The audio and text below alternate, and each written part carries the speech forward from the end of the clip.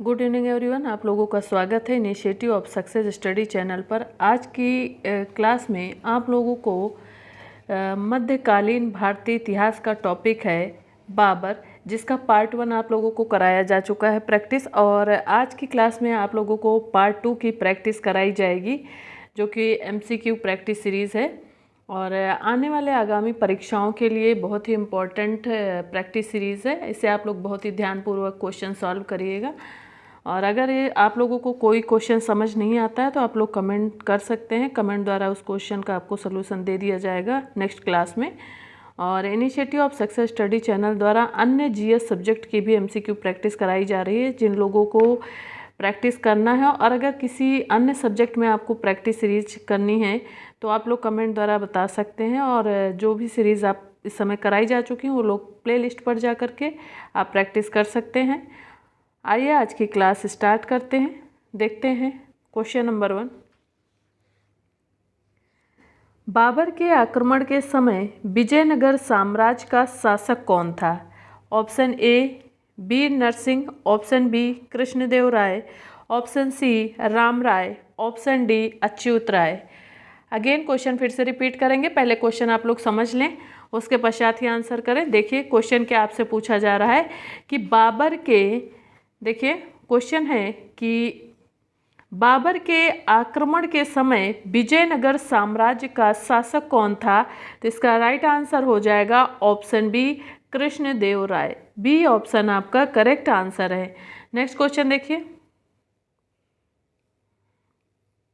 Question है मुगल शासन व्यवस्था के संबंध में निम्नलिखित कौन सा कथन सत्य नहीं है?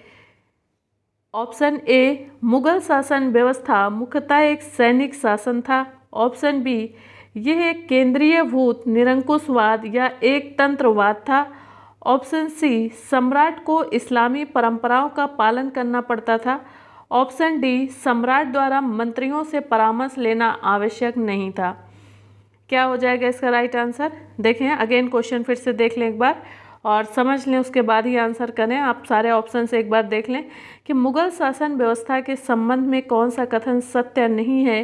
तो देखिए ए ऑप्शन है आपका कि मुगल शासन व्यवस्था मुख्यतः एक सैनिक शासन था, तो ये आपका करेक्ट है, सही है, ठीक है।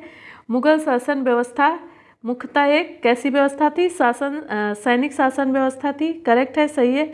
और नेक्स्ट है आपका यह एक केंद्रीयभूत निरंकुशवाद या एक तंत्रवाद था। बी ऑप्शन भी आपका करेक्ट है, सही है। और इसके बाद देखिए डी ऑप्शन है सम्राट द्वारा मंत्रियों से परामर्श लेना आवश्यक नहीं था। डी ऑप्शन भी करेक्ट है। और जो सी ऑप्शन आपका है कि सम्राट को इस्लामी परंपराओं का पालन करना पड़ता था, ये आपका इनकरेक्ट है, सही नहीं है। और आपका क्वेश्चन जो पूछा गया है आपसे, वो पूछा गया है कि कौन सा कथन सत्य नहीं है मुगल शासन व्यवस्था के संबंध में। तो आपका जो सी ऑप्शन है, देखिए सी ऑप्शन आपका जो है वह सत्य नहीं है, ठीक है। सी ऑप्शन आपका करेक्ट आंसर होगा। नेक्स्ट क्वेश्चन देखिए। देखिए क्वेश्चन नंबर 3। क्वेश्चन है कि इस तथ्य से क्या अनुमान लगाया जा सकता है कि विभिन्न मुगल बादशाहों ने अपने शासनकाल के प्रारंभ में एक ही प्रकार के करों एवं उपकरों को समाप्त करने के लिए आदेश जारी किए? ऑप्शन ए वे जन कल्याण के प्रति इच्छुक थे, ऑप्शन बी वे प्रजा को अपनी सद्भावनाओं के बारे में अवगत कराना चाहते थे, और ऑप्शन सी है राजगद्दी पर बैठते ही जन समर्थन और लोकप्रियता प्राप्त करने का ये सर्वोत्तम तरीका था, ऑप्शन डी वे प्रशासन की निरंतरता बनाए रखना चाहते थे। क्या हो जाएगा इसका राइट आंसर? देखिए अगेन क्वेश्चन फिर से एक बार समझ लें। क्वेश्चन पूछा गया आपसे कि इस तथ्य से क्या अनुमान लगाया जा सकता है कि विभिन्न मुगल बादशाहों ने अपने शासनकाल के प्रारंभ में एक ही प्रकार के करों एवं उपकरों को समाप्त करने के लिए आदेश जारी किए? तो क्या हो जाएगा इसका राइट आंसर? इसका राइट आंसर हो जाएगा ऑप्शन सी। देखिए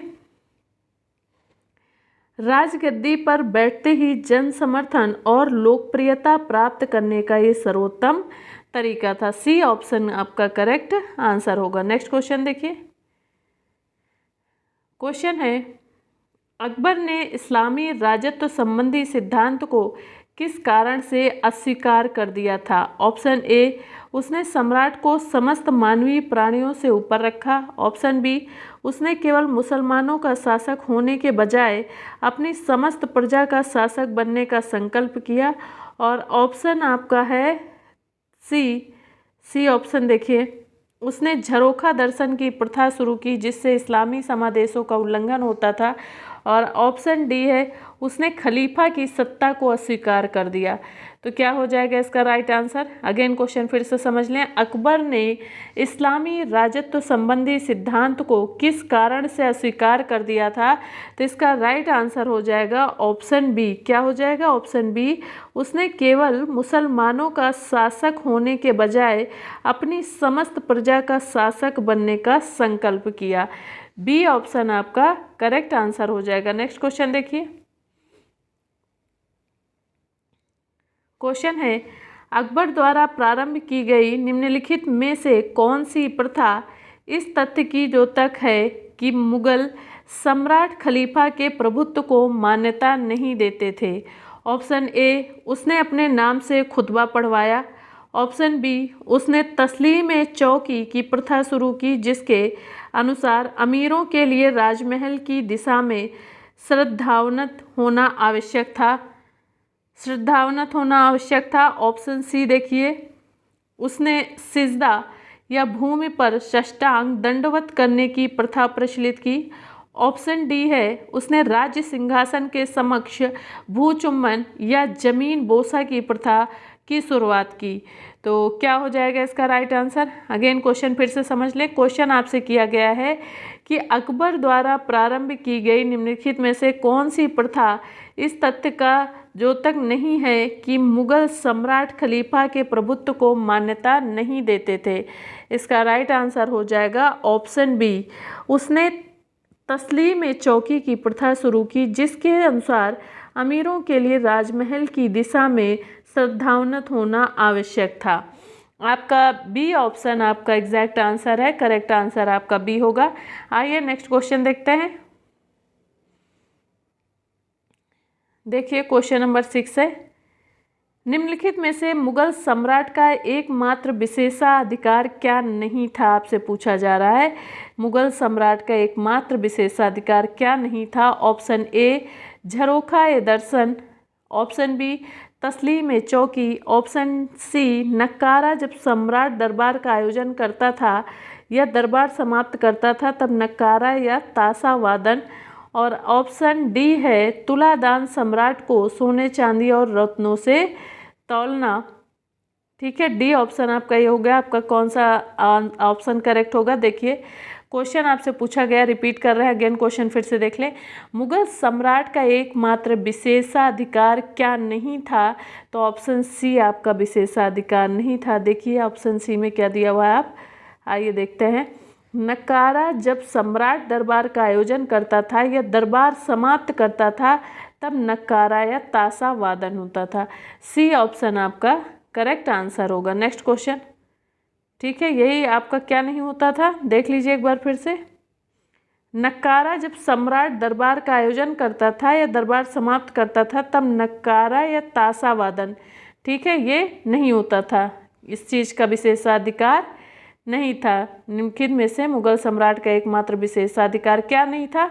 तो ये विशेषाधिकार नहीं था नक्कारा। जब सम्राट दरबार का आयोजन करता था या दरबार समाप्त करता था तब नक्कारा या ताशा वादन। तो ठीक है, ये इनको विशेषाधिकार, एकमात्र विशेषाधिकार नहीं था। ठीक है, नेक्स्ट क्वेश्चन देखिए। क्वेश्चन है, अकबर ने किस सिद्धांत के आधार पर प्रांतीय प्रशासन व्यवस्था का गठन किया था? ए, व्यापक रूप से अधिकार समर्पण। ऑप्शन बी, सम्राट के हाथों में शक्तियों का संकेंद्रण।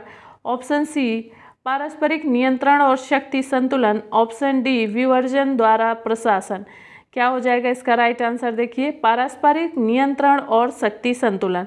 सी ऑप्शन आपका करेक्ट आंसर होगा। क्या होगा? पारस्परिक नियंत्रण और शक्ति संतुलन। सी ऑप्शन आपका एग्जैक्ट आंसर होगा। अकबर के किस सिद्धांत के आधार पर प्रांतीय प्रशासन व्यवस्था का गठन किया था तो पारस्परिक नियंत्रण और शक्ति संतुलन के आधार पर। सी ऑप्शन आपका करेक्ट आंसर होगा। Next question. क्वेश्चन है, किस मुगल सम्राट के शासनकाल में वकील को सर्वाधिक प्रधानता प्राप्त है? Option A Jahangir, option B Aurangzeb, option C Akbar, option D Shahjahan. क्या हो जाएगा इसका राइट आंसर? देखिए, किस मुगल सम्राट के शासनकाल में वकील को सर्वाधिक प्रधानता प्राप्त है? तो इसका राइट आंसर हो जाएगा ऑप्शन सी अकबर को। ठीक है, अकबर को प्राप्त है। मुगल सम्राट के शासनकाल में वकील का सर्वाधिक प्रधानता जो है प्राप्त है अकबर को। सी ऑप्शन आपका करेक्ट आंसर होगा। नेक्स्ट क्वेश्चन देखिए। क्वेश्चन है, अकबर ने वजीर के लिए दीवान या दीवान ए आला पदनाम का प्रयोग किया। ऑप्शन ए वजीर के राजस्व विषयक कार्यों के महत्व को स्पष्ट करने के लिए, ऑप्शन बी क्योंकि वजीर अब शासक का प्रमुख परामर्शदाता नहीं रह गया था बल्कि राजस्व विषयक मामलों का विशेषज्ञ मात्र था, और ऑप्शन सी है क्योंकि कभी कभार, देखिए ऑप्शन सी क्या है कि क्योंकि कभी कभी अनेक व्यक्तियों द्वारा वजीर के दायित्वों का निर्वाह करना पड़ता था, ऑप्शन डी क्योंकि दीवान समस्त आय एवं व्यय की देखरेख के लिए उत्तरदायी था। क्या हो जाएगा इसका राइट आंसर? देखिए अगेन क्वेश्चन फिर से समझ लें। क्वेश्चन है आपका कि अकबर ने वजीर के लिए दीवान या दीवान ए आला पदनाम का क्यों प्रयोग किया? तो इसका राइट आंसर हो जाएगा ऑप्शन बी। देखिए, क्योंकि वजीर अब शासक का प्रमुख परामर्शदाता नहीं रह गया था बल्कि राजस्व विषयक मामलों का विशेषज्ञ मात्र था। बी ऑप्शन आपका करेक्ट आंसर होगा। नेक्स्ट क्वेश्चन देखिए। क्वेश्चन है, मुगल प्रशासन में निम्नलिखित में से किसे अमीर वर्गों का प्रमुख माना जाता था? ऑप्शन ए दीवान ए आला, ऑप्शन बी मीर बख्शी, ऑप्शन सी सद्र उस सुदूर, ऑप्शन डी काजी उल कुजात। क्या हो जाएगा इसका right answer? Again important question है, देख ले। क्वेश्चन आपसे पूछा गया है कि मुगल प्रशासन में निम्नलिखित में से किसे अमीर वर्गों का प्रमुख माना जाता था? तो इसका राइट आंसर हो जाएगा मीर बख्शी। बी ऑप्शन आपका करेक्ट आंसर होगा। क्या हो जाएगा? मीर बख्शी। नेक्स्ट क्वेश्चन देखिए। क्वेश्चन है, मीर बख्शी अर्थात महावेतन अधिकारी को सैनिक विभाग का प्रमुख क्यों बनाया गया था? ऑप्शन ए दीवान की शक्तियों को नियंत्रित करने के लिए, ऑप्शन बी क्योंकि राज्य के सभी अधिकारी सैद्धांतिक रूप से सैनिक विभाग से संबंधित होते थे, ऑप्शन सी है क्योंकि उसे अमीर वर्ग का प्रमुख माना जाता था, ऑप्शन डी है क्योंकि मनसबदारों की नियुक्ति या पदोन्नति आदि के संबंध में मीर बख्शी के माध्यम से ही संस्तुति, देखिए क्या संस्तुति की जाती थी। अगेन क्वेश्चन फिर से एक बार रिपीट करते, क्वेश्चन समझ लें। क्वेश्चन है, मीर बख्शी अर्थात महावेतन अधिकारी को सैनिक विभाग का प्रमुख क्यों बनाया गया था? इसका राइट आंसर हो जाएगा ऑप्शन बी क्योंकि राज्य के सभी अधिकारी सैद्धांतिक रूप से सैनिक विभाग से संबंधित होते थे। बी ऑप्शन आपका करेक्ट आंसर होगा। Next question. क्वेश्चन है, निम्नलिखित में से कौन अधिकारी इस्लामी कानूनों का संरक्षक और उलेमाओं का प्रमुख प्रतिनिधि या प्रवक्ता होता था? ऑप्शन ए काजी उल कुजात, ऑप्शन बी मुहतसिब, ऑप्शन सी सद्र सुदूर, ऑप्शन डी खाने सामा। क्या हो जाएगा इसका राइट आंसर? देखिए क्वेश्चन फिर से एक बार देख लें। निम्नलिखित में से कौन अधिकारी इस्लामी कानूनों का संरक्षक और उलेमाओं का प्रमुख प्रतिनिधि या प्रवक्ता होता था? तो इसका राइट आंसर हो जाएगा ऑप्शन सी। क्या हो जाएगा? सद्र उस सुदूर। सी ऑप्शन आपका करेक्ट आंसर होगा। क्या हो जाएगा आंसर? सद्र उस सुदूर। ओके स्टूडेंट, सी आपका करेक्ट आंसर है। नेक्स्ट क्वेश्चन देखिए।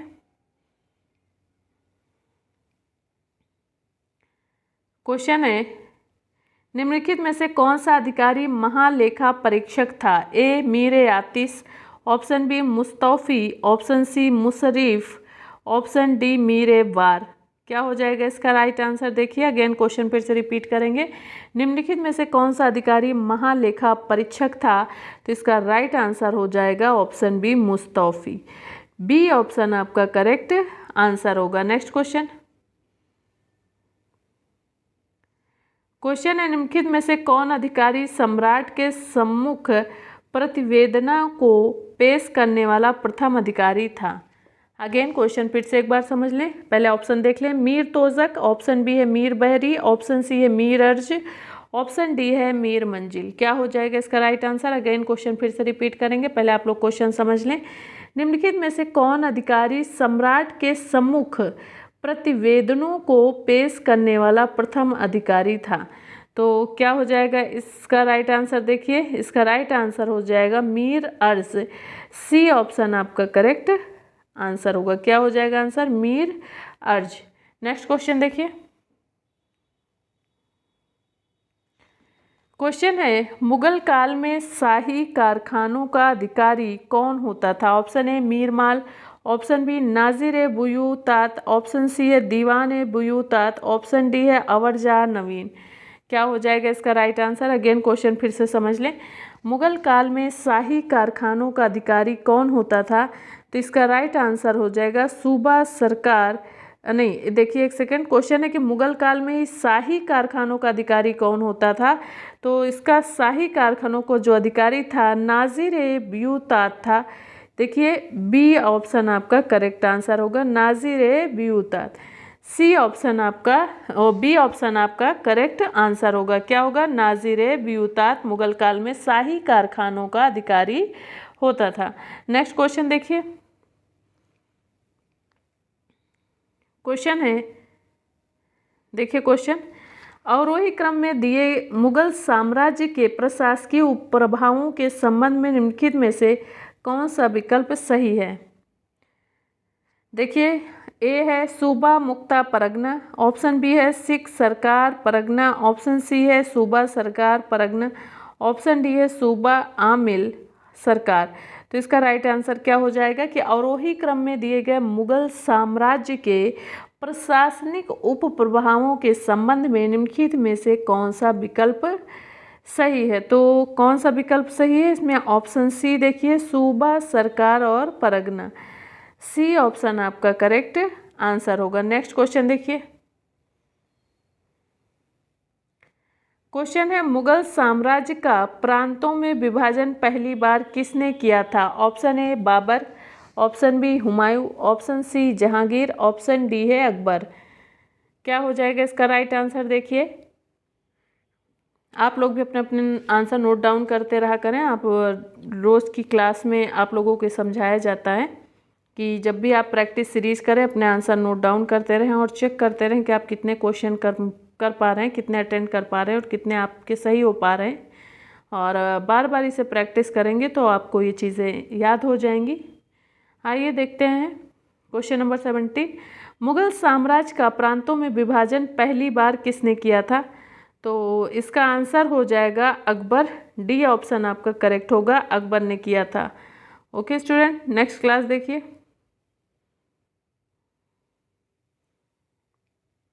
क्वेश्चन है अपने शासन के अंतिम दिनों में अकबर ने दक्कन के 3 प्रांतों को मुगल साम्राज्य में शामिल किया था। निम्नलिखित में से कौन सा प्रांत उक्त तीनों प्रांतों में शामिल नहीं था।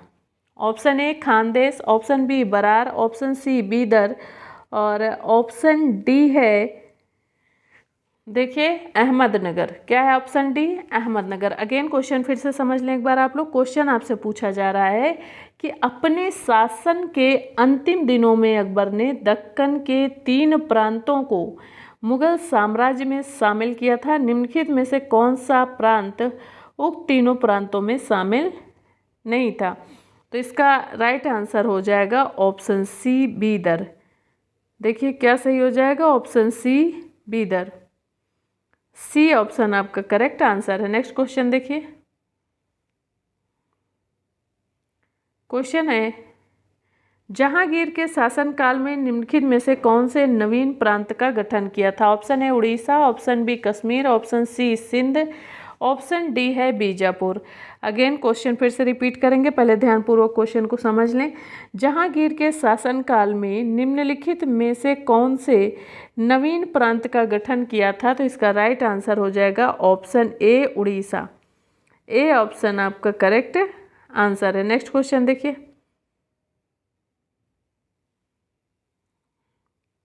क्वेश्चन है प्रांत के नागरिक तथा सैनिक प्रशासन का प्रमुख निम्नलिखित में से कौन होता था। देखिए, ऑप्शन ए दीवान, ऑप्शन बी नाजिम, ऑप्शन सी बख्शी, ऑप्शन डी फौजदार। अगेन क्वेश्चन फिर से एक बार देख लें। क्वेश्चन क्या पूछा गया आपसे, देखिए, प्रांत के नागरिक तथा सैनिक प्रशासन का प्रमुख निम्नलिखित में से कौन होता था। तो इसका राइट आंसर हो जाएगा ऑप्शन बी नाजिम। बी ऑप्शन आपका करेक्ट आंसर हो जाएगा। नेक्स्ट क्वेश्चन देखिए, क्वेश्चन नंबर 21 देख लें। क्वेश्चन आपसे पूछा जा रहा है कि मुगल क्रांति प्रशासनिक व्यवस्था की पारस्परिक नियंत्रण एवं शक्ति संतुलन संबंधी व्यवस्था के अंतर्गत निम्नलिखित में से कौन अधिकारी सूबेदार पर नियंत्रण रखता था। ऑप्शन ए दीवान, ऑप्शन बी बख्शी, ऑप्शन सी फौजदार, ऑप्शन डी है वकाया ए नवीस। क्या हो जाएगा इसका राइट आंसर। अगेन क्वेश्चन पहले फिर से समझ लें एक बार। क्वेश्चन आपसे पूछा गया है कि मुगल क्रांति प्रशासनिक व्यवस्था की पारस्परिक नियंत्रण एवं शक्ति संतुलन संबंधी व्यवस्था के अंतर्गत निम्नलिखित में से कौन अधिकारी सूबेदार पर नियंत्रण रखता था। तो इसका राइट आंसर क्या हो जाएगा। ऑप्शन ए है दीवान, बी है बख्शी, सी है फौजदार, डी है वकाया ए नवीस। तो क्या हो जाएगा इसका राइट आंसर ऑप्शन ए दीवान। ए ऑप्शन आपका करेक्ट आंसर होगा। नेक्स्ट क्वेश्चन देखिए, क्वेश्चन है कि प्रांतीय दीवान की नियुक्ति कौन करता है। ऑप्शन ए सम्राट, ऑप्शन बी है सूबेदार, ऑप्शन सी है दीवान ए आला या अशरफ, ऑप्शन डी है मीर बख्शी। क्या हो जाएगा इसका राइट आंसर। अगेन क्वेश्चन फिर से समझ लें कि प्रांतीय दीवान की नियुक्ति कौन करता है। तो इसका राइट आंसर हो जाएगा दीवान ए आला या अशरफ। सी ऑप्शन आपका करेक्ट आंसर होगा। नेक्स्ट क्वेश्चन देखिए, क्वेश्चन है प्रांतीय बख्शी किसके अधीन कार्य करता था। ए सूबेदार, बी दीवान, सी दीवान आला, ऑप्शन डी है मीर बख्शी। अगेन क्वेश्चन फिर से एक बार देख लें कि प्रांतीय बख्शी किसके अधीन कार्य करता था। तो ये किसके अधीन कार्य करता था, दीवान के अधीन करता था। बी ऑप्शन आपका करेक्ट आंसर होगा दीवान। नेक्स्ट क्वेश्चन देखिए, क्वेश्चन नंबर 24, मुगल केंद्रीय शासन व्यवस्था में वकाया ए नवीस या समाचार लेखक की क्या उपयोगिता थी। ऑप्शन ए प्रांत में कृषि की स्थिति के बारे में महत्वपूर्ण सूचनाएं उसके पास भेजी जाती थी। ऑप्शन बी केंद्रीय सरकार द्वारा प्रांतीय अधिकारियों को सभी महत्वपूर्ण और अत्यावश्यक निर्देश उसके माध्यम से भेजे जाते हैं। ऑप्शन सी देखिए, केंद्रीय सरकार उसी के माध्यम से प्रांतीय शासन व्यवस्था के साथ संपर्क रखती थी और प्रांतीय अधिकारियों के कुकृत्यों की जानकारी प्राप्त कर दी थी। और ऑप्शन डी है वे मुगल साम्राज्य की आंखें और कान की भांति होते थे और मन जो है असंतोष एवं उत्पीड़न के बारे में सूचनाएं एकत्रित करता था। तो क्या हो जाएगा इसका राइट आंसर। देखिए, क्वेश्चन आप लोगों ने देख लिया है, नहीं देखा है तो फिर से समझ लें। क्वेश्चन आपसे पूछा गया है कि मुगल केंद्रीय शासन व्यवस्था के वकाया और नवीस या समाचार लेखक की क्या उपयोगिता थी। तो क्या हो जाएगा इसका राइट आंसर। देखिए, ऑप्शन सी क्या होगा, ऑप्शन सी आपका करेक्ट आंसर होगा। देख लीजिए, केंद्रीय सरकार उसी के माध्यम से प्रांतीय शासन व्यवस्था के साथ संपर्क रखती थी और प्रांतीय अधिकारियों के कुकृत्यों की जानकारी प्राप्त कर दी थी। सी ऑप्शन आपका करेक्ट आंसर होगा। नेक्स्ट क्वेश्चन देखिए,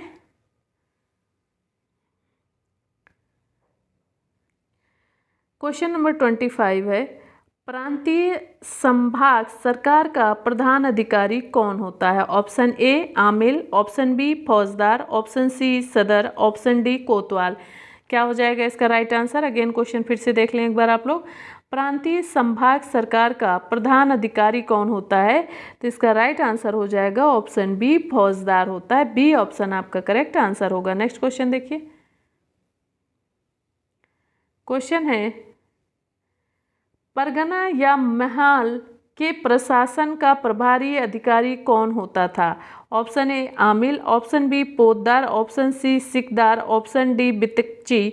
अगेन क्वेश्चन फिर से समझ लें। क्वेश्चन आपसे पूछा गया है परगना या महाल के प्रशासन का प्रभारी अधिकारी कौन होता था? तो इसका राइट आंसर हो जाएगा ऑप्शन सी सिकदार होता था। सी ऑप्शन आपका करेक्ट आंसर होगा। नेक्स्ट क्वेश्चन देखिए।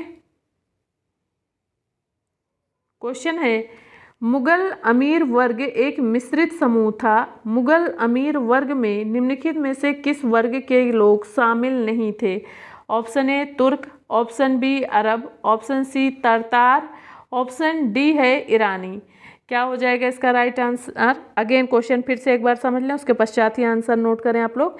मुगल अमीर वर्ग एक मिश्रित समूह था। मुगल अमीर वर्ग में निम्नलिखित में से किस वर्ग के लोग शामिल नहीं थे? तो इसका राइट आंसर हो जाएगा अरब। बी ऑप्शन आपका करेक्ट आंसर होगा। क्या हो जाएगा? अरब। नेक्स्ट क्वेश्चन देखिए। क्वेश्चन है जहांगीर शासनकाल में भारत की यात्रा करने वाले और समकालीन जनजीवन और शासन के संबंध में बहुमूल यात्रा वृत्तांत प्रस्तुत करने वाले यूरोपीय यात्री था। Option A William Finch, option B है विलियम हॉकिंस, ऑप्शन सी है फ्रांसिस्को फल्सर्थ और ऑप्शन डी है उपर्युक्त सभी। अगेन क्वेश्चन फिर से एक बार देख लें और समझ लें, उसके बाद ही आंसर करें। क्वेश्चन है जहांगीर शासनकाल में भारत की यात्रा करने वाले और मध्यकालीन जनजीवन और शासन के संबंध में बहुमूल यात्रा वृत्तांत प्रस्तुत करने वाले यूरोपीय यात्री थे। तो इसका राइट आंसर हो जाएगा ऑप्शन डी उपर्युक्त सभी। डी ऑप्शन आपका करेक्ट आंसर होगा, उपर्युक्त सभी। नेक्स्ट क्वेश्चन देखिए। क्वेश्चन देखिए मराठों को मुगल अमीर वर्ग में किस सम्राट के शासनकाल में शामिल किया गया था? Option A Aurangzeb, option B है अकबर, ऑप्शन सी है शाहजहां, ऑप्शन डी है जहांगीर। अगेन क्वेश्चन फिर से समझ लें एक बार। क्वेश्चन है मराठों को मुगल अमीर वर्ग में किस सम्राट के शासनकाल में शामिल किया गया था? तो इसका राइट आंसर है औरंगजेब के शासनकाल में। ए ऑप्शन आपका करेक्ट आंसर होगा, औरंगजेब के शासनकाल में। नेक्स्ट क्वेश्चन देखिए। क्वेश्चन है दारा शिकोह औरंगजेब के साथ उत्तराधिकार के युद्ध में निर्णायक एवं अंतिम रूप से किस युद्ध में पराजित हुआ? ए है धर्मत, बी है सामूगढ़, सी है देवोराई, ऑप्शन डी है खजवा। अगेन क्वेश्चन फिर से देख लें एक बार। क्वेश्चन आपसे पूछा गया है दारा शिकोह और औरंगजेब के साथ उत्तराधिकार के युद्ध में निर्णायक एवं अंतिम रूप से किस युद्ध में पराजित हुआ? तो इसका राइट आंसर हो जाएगा ऑप्शन बी सामूगढ़। क्या हो जाएगा राइट आंसर? सामूगढ़। इस तरह से स्टूडेंट्स आप लोगों की क्लास यही समाप्त होती है। आज की क्लास का ये लास्ट क्वेश्चन होता है। आप लोग ऐसे ही प्रैक्टिस करते रहें और डे बाय डे आपको प्रोग्रेस होता रहेगा अच्छे से और आपको सभी क्वेश्चंस सॉल्व करने में कोई परेशानी नहीं आएगी क्योंकि आप लोग ऑलरेडी प्रैक्टिस कर रहे हैं। और इनिशिएटिव सक्सेस स्टडी चैनल को सब्सक्राइब कर लें, बेल आइकन को प्रेस कर लें ताकि समय समय पर आप लोगों को नोटिफिकेशन मिलता रहे और आपकी कोई क्लास मिस ना हो। और यदि आप लोग किसी न्यू जीएस सब्जेक्ट में प्रैक्टिस करना चाहते हैं तो आप लोग कमेंट द्वारा बता सकते हैं। Initiative of success study channel द्वारा प्रैक्टिस कराई जाएगी। ओके स्टूडेंट, मिलते हैं नेक्स्ट क्लास में। Thanks for watching.